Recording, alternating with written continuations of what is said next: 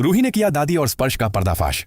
नाहर हुआ जेल से बाहर, स्पर्श हुआ गिरफ्तार। जी हां दोस्तों, जिस सच्चाई का इंतजार था वह अब तूफान बनकर सामने आने वाली है। गोइंका हाउस में मातम, अस्पताल में आग और नाहर पर लगा कत्ल का इल्जाम। लेकिन यह कहानी सीधी नहीं, यह है साजिशों का ऐसा जाल जिसमें हर चाल सोची समझी थी।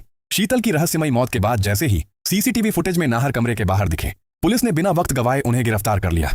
हथकड़ी की आवाज ने पूरे घर को हिला दिया। दादी की आंखों में नकली आंसू, स्पर्श का मासूम चेहरा, लेकिन रूही की आंखों में सिर्फ एक जिद, सच सामने लाकर रहूंगी। रूही को महसूस हो चुका था कि यह सब प्लान किया गया है और तभी वह उठाती है सबसे बड़ा कदम।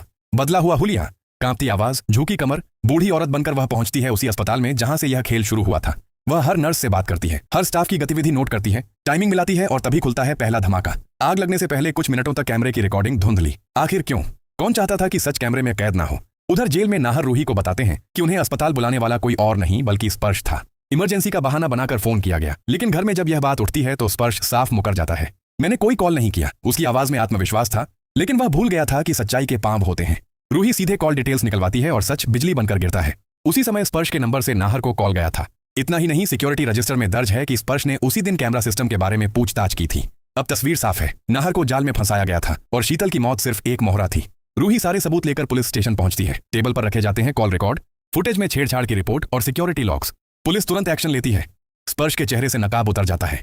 हथकड़ी इस बार उसके हाथों में होती है। गोइंका हाउस में सन्नाटा, दादी की सांसें तेज क्योंकि खेल अब पलट चुका है। नायर जेल से बाहर आते हैं। रूही की आंखों में आंसू, लेकिन इस बार यह कमजोरी के नहीं, जीत के आंसू है। लेकिन असली धमाका अभी बाकी है। पूछताछ में स्पर्श टूट जाता है। वह कबूल करता है कि उसने यह सब अकेले नहीं किया, किसी और ने उसे भड़काया। किसी ने वादा किया कि अगर रूही नाहर की जिंदगी से हट जाए तो सब कुछ बदल जाएगा। कैमरा रुकता है दादी के चेहरे पर। उनकी खामोशी अब सबसे बड़ा सबूत बन चुकी है। क्या दादी ही इस पूरे खेल की मास्टरमाइंड है? क्या उन्होंने ही स्पर्श को उकसाया ताकि नाहर की जिंदगी में शीतल की एंट्री पक्की हो जाए? और सबसे बड़ा सवाल, क्या शीतल सच में मर चुकी है?